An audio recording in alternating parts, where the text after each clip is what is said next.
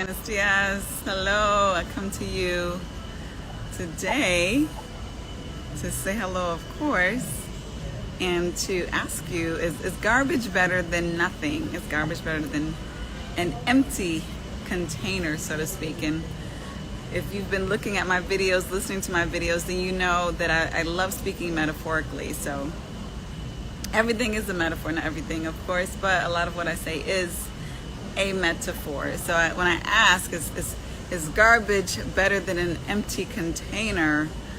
I'm saying that metaphorically because I know you know exactly what I mean, right?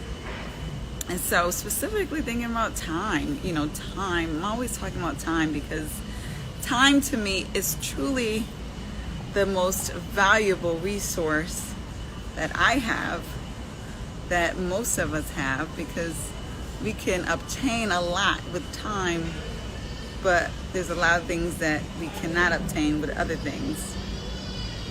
And so the reason why I ask you, is garbage more valuable than an empty container? Because a lot of times that's how we treat our time.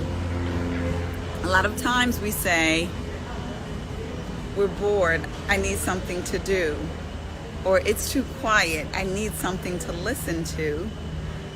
And we act as if that void is the worst thing in the world, right?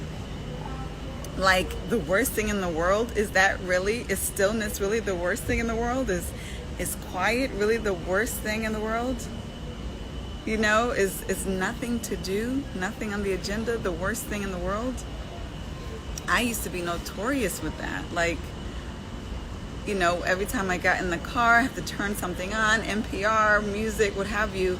And now I have so much pleasure in an empty sound. It annoys me that when I get into the car, every time I get in, my Bluetooth automatically connects and starts my music system. To me, that is so disrespectful. Why do you assume every single time I get into my car, I want to turn on the music or sound or whatever it is? But the reason why they do it is because that's what the majority of people want. And if I be honest, it took me a very long time to get to this point. I've been like this for over a decade, but for the majority of my life, I needed the sound all the time, right? But the danger in that, we always want to know, okay, what's the danger in it? So what? I like sound, I like to hear it, it makes me feel better. The danger is you may be misaligned because you're acting impulsively. And when we act impulsively, we get impulsive products. So that means it's not intention behind what we're doing. And I am a believer that the more we are aligned with where we're supposed to be, the better the products that we get, the better the benefits that we get. It's just like your GPS. If you set your GPS, you know where you're going, you're more than likely to get there. If you say, well, I'm just driving around, you may see the most beautiful sunset that you have never seen by just driving around.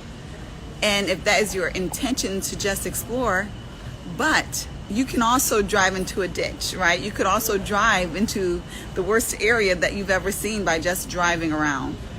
And so that's why I say, be intentional with your time and the space that God gives you. And that intention is not anything new. A lot of times we hear this lingo, intention, and, thinking that it's new. It's not new. God said, be still, to pray without cease. And that's another misconception that I had. Pray without cease.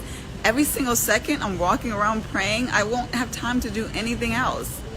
And what that means is absolutely it means to talk to God often, but it means to have that ear open without cease. That you are constantly trying to understand what He's telling you to do, where He's telling you to go. That's what the praying without ceasing is about. You are constantly connected to God, the power that is higher than you, because you don't know everything. I don't know everything, right? We don't know everything. And if we did, there would be no reason to pray without cease. So that's what that praying without cease means. You're constantly connected. There's not these moments where He's irrelevant in what you're saying and what you're doing and how you're spending your time. And so again, I ask, is garbage better than an empty can, an empty container, because that's how we treat the time that we have sometimes. Oh, it's quiet. I'm just going to turn on the radio and let them choose what I listen to. Oh, I have nothing to do. Oh, sure, I'll go out on a date. How many times have you said that? How many times have you've heard friends say that over the years? Oh, sure, I'll go out on a date. There's nothing else to do. Oh, sure, I'll go to the mall. There's nothing else to do.